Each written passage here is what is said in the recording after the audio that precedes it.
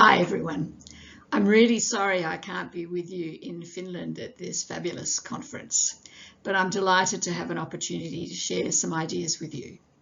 So I want to talk about building the interdisciplinarian skill set and what we can learn from neighbouring efforts to look at complex problems. So this is a conference focused on the era of the polycrisis. And it's important to understand that the polycrisis is that we have complex societal and environmental problems, multiple of them interacting. And the role of research is to develop a more comprehensive understanding of these problems and potential things that we can do about it, as well as to help improve policy and practice responses. And by that, I mean not just government, but also business and civil society. So that's what researchers need to do. Such complex problems require multiple research questions to be addressed, and different research questions require different approaches. So some of them need discipline-based approaches, some of them need interdisciplinary approaches, some of them need action research, and so on. The focus that I've got here is on conceptual and methodological expertise, not subject matter expertise. So I'm not looking at what you need to know to deal with drug problems or sustainability problems. What I'm looking at is the common concepts and methods that you can use across all kinds of complex problems in the era of the polycrisis. So we've got complex problems, multiple research questions, and different approaches. And what I want to do is I want to illustrate this with an example problem. And I've taken something that I suspect will be a little unusual for many of you, which is how can we incorporate illicit drug users into a sustainable society in an undefined city, City X. So if we wanted to answer that kind of big problem or address that kind of big problem, there'd be questions that would be suitable for disciplines, there'd be questions that would be suitable for interdisciplinary research, for transdisciplinary research, other questions that would be useful for systems thinking, and other questions useful for action research and other kinds of approaches too. And I want to illustrate that. So if we took the question, how many illicit drug users are there in City X? That would be a monodisciplinary problem. And you'd ask demographers who've got expertise in estimating hidden populations to address that problem. And that would give you a better understanding of the problem. If we wanted to look at what interdisciplinarians could do, then they could address a question like, how does the illicit drug market work in City X? So they bring together economists and sociologists and anthropologists who are interested in markets and how illicit drug users and dealers behave. And what the interdisciplinarian would bring to bear is expertise in framing the problems so that all of these disciplines would feel that they had a part, and integrating across those disciplines. And again, this is focused on better understanding the problem. For a question like how can we make illicit drug users safer in City X, where we're not just looking at understanding, but we're also looking at starting to do something about the problem, then a transdisciplinary approach would be a good one to take. So here we've got a whole range of disciplines, epidemiology, criminology, and a whole range of lived experience and practitioner experience to bring to bear. So illicit drug users bringing their lived experience, emergency room staff and other service providers that focus on health, police and others who focus on crime, and again, government policymakers. So what would be helpful from a policy perspective? The sort of expertise that the researcher brings to bear, again, is problem framing. How do we frame the problem so that all of these disciplines and stakeholders feel they've got something to contribute? Bring expertise in stakeholder engagement. So how do we work with people outside the academy to give them a valued role in research? Expertise in integration across disciplines and stakeholders, and then expertise in influencing change. So as I said at the outset, this is about not only better understanding, but also starts to move towards improvement in terms of the problem. So then let's look at systems thinking. I'm going to take one aspect of systems thinking, system dynamics modelling, And that would be useful for a question like, how can the use of needles and syringes be made more sustainable? And again, here the focus is not only better understanding, but also starting to move towards improvement. So what a system dynamics expert does is they map different life cycles of needles and syringes. They look particularly at feedback loops that reinforce each other, that make things get worse and worse, or that balance each other so that you've got things that make needle and syringe use unsustainable balanced with things that make it more sustainable. And by building models out of these maps, you can look at possible changes in policy and practice of any of the involved groups. So they need input, like the transdisciplinarians, from a whole range of different players. So researchers who've investigated needle and syringe use, illicit drug users, manufacturers, those who collect them, or those who provide them, those who collect discarded needles and syringes, government policymakers, and then police and others who you want to have involved in implementation. And the sort of expertise that a systems dynamics or a systems thinker would bring to bear, or a system dynamics expert, is how to do system dynamics mapping and modelling, how to do feedback loops, which is, and mapping and modelling are actually really good integration tools. They need expertise in stakeholder engagement, and they're also good at doing decision support. So how do you work with policymakers, particularly government policymakers, to support them in their decisions? And models are great decision support tools. So then finally, let's look at what action researchers could do. So they could address, they'd be useful for addressing a question like the stigma associated with illicit drug use. And what action research is about is it about putting the illicit drug users, the people who experience the problem, at the centre. So they would then work with action researchers, and they'd be empowered to identify the sources of stigma and to develop countervailing strategies. The expertise that action researchers bring is they're good at building trusting and empowering relationships. They're good at reflexivity, at thinking about what they're doing and how it's impacting the situation. They're good at advising the illicit drug users or the population that's interested in changing something about how to do research, and they can also provide evidence on change making. So action research tends to be largely focused on improvement rather than gathering evidence. So what I've tried to do here is to show you that a complex problem needs a whole range of different approaches to address it.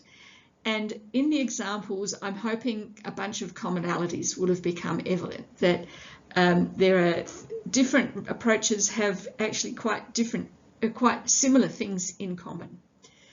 And identifying these commonalities has been at the core of my work. And I haven't just looked at the kind of approaches that I've talked about here, but I've looked at a whole range which are represented in this word cloud, including not only interdisciplinarity and transdisciplinarity, which we've talked about, but also implementation science and sustainability science and theory of change, and a whole lot of other approaches that people use for tackling complex problems.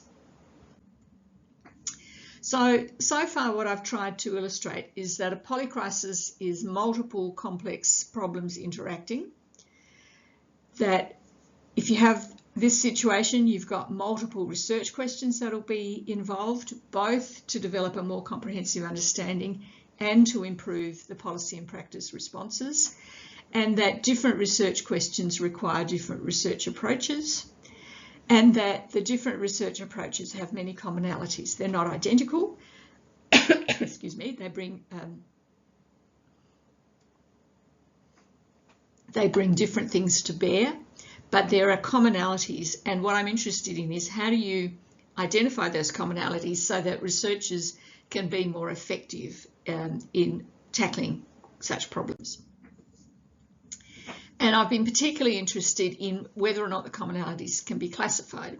I would say yes, and have developed what I call integration and implementation sciences, or I2S, to do this.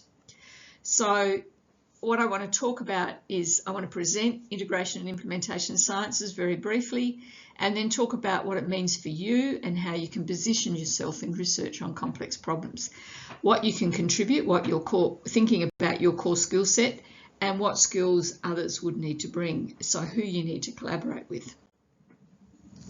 So the framework for integration and implementation sciences looks like this, and I'm not expecting you to be able to read this, this infographic. There's a reference there if you want to look at it at your leisure. The slides will be available to anybody who's interested. But let me take you through the infographic bit by bit.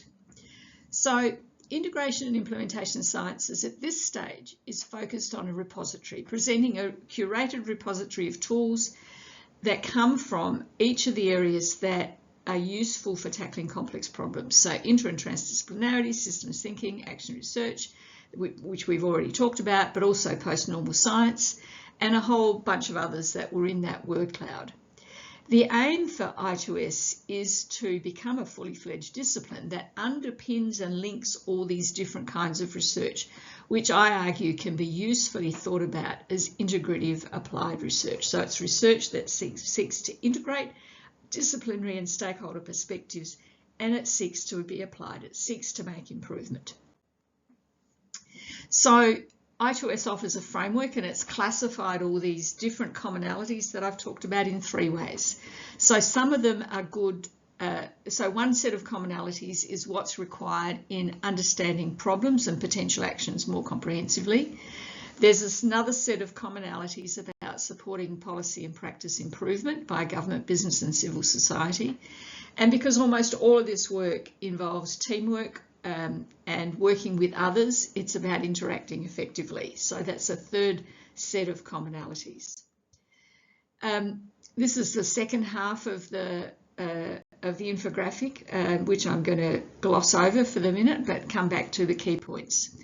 So if we look at the expertise that comes under each of these headings, I'd argue that the commonalities, and not all of the approaches use all of these, but there are commonalities across many approaches, that they understand that for understanding problems more comprehensively, you've got to understand the problem as a system, you've got to understand the context in which it occurs, you've got to worry about what we don't know, you've got to worry about diversity, so bringing in a whole range of different perspectives. And then you've got to be able to do some sort of integration. You won't be able to integrate everything, but you need to be able to do more than you were able to do before you started by bringing in all these different perspectives.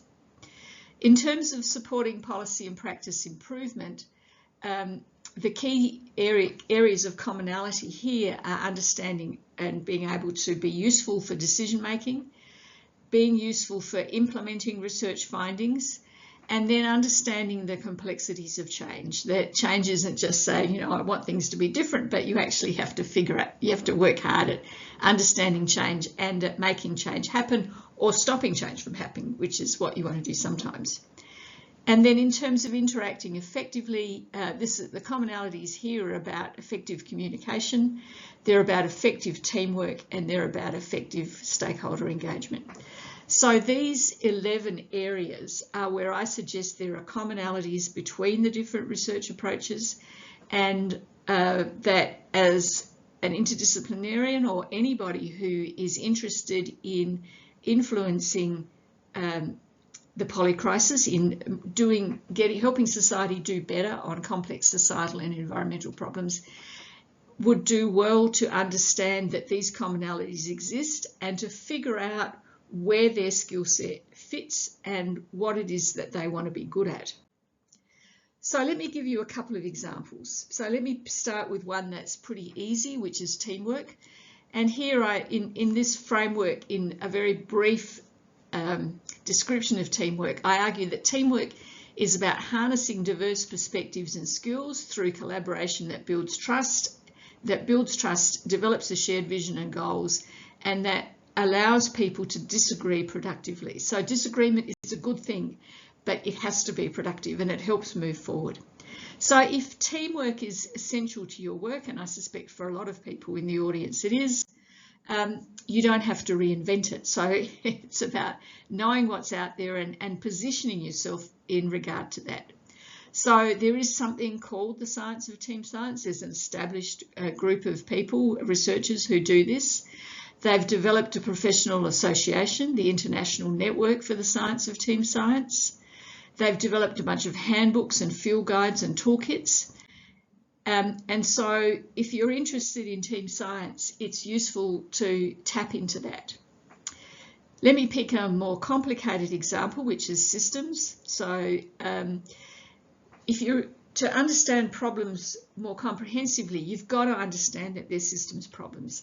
And what you're interested in here is dynamic webs of relationships and interdependencies among different aspects of the problem and different problems themselves. You're interested in exploring boundaries because you can never deal with the whole system. So where do you put the boundaries?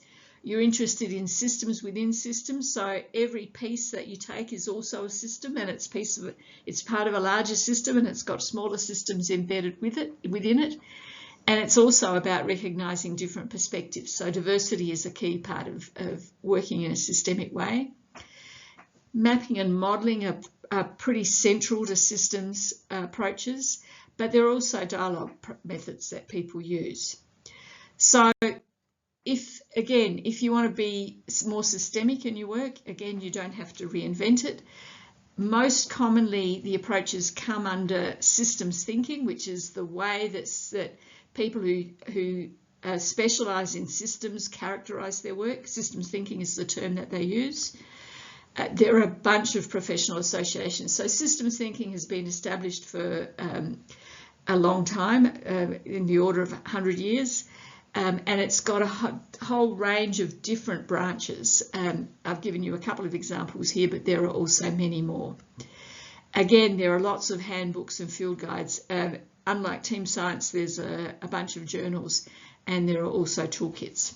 So it's worth thinking about what it is.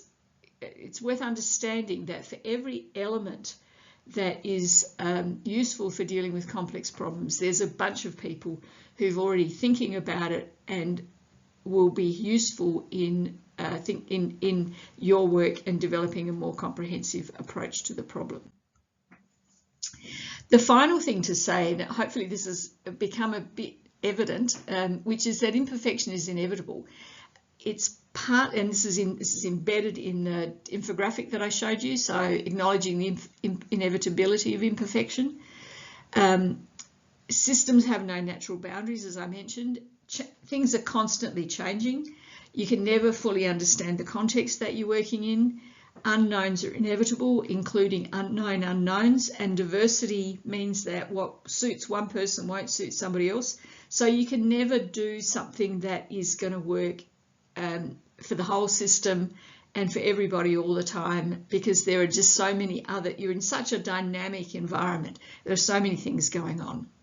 And so all you can do is aim to do the best possible. You can never aim to be perfect, but you can aim to do better than we're doing now. There's a lot to unpack in each of these ideas, and that's not the purpose of this talk. The purpose of this talk is really to help you think about how you position your own skills and expertise. So what does it mean for you? What do you want to be known for being good at conceptually and methodologically? Not the problem that you're working on, but what is it that you bring to the problem that you're working on? Would you want to be known as an interdisciplinarian? And if so, what kind? So if you think about Julie Thompson-Klein's work on interdisciplinarity, teasing out different strands, what kind of an interdisciplinarian are you? Do you work with closely allied disciplines? Do you work with those that are further apart? Do you want to be known as an interdisciplinarian plus? Do you want to be known as an interdisciplinarian but you have some other skill sets? And I'll come back to this in a minute.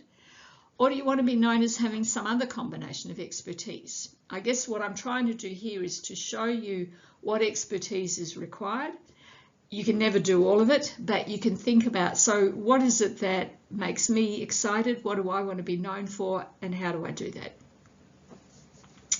So as an interdisciplinarian plus, you could be an interdisciplinarian and have another approach, such as system dynamics, and there are people who do that. You could specialise in specific methods, so making collaboration agreements that help teams work together, dealing with unknown unknowns.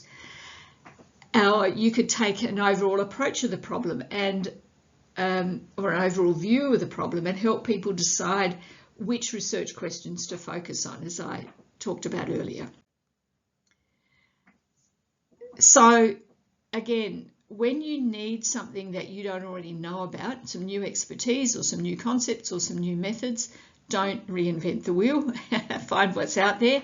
And if you haven't got time to find what's out there, find who's out there and find who is good to collaborate with. And also, in terms of your own skill set, be a collaborator with people who need your skills. So let me talk briefly about building your expertise.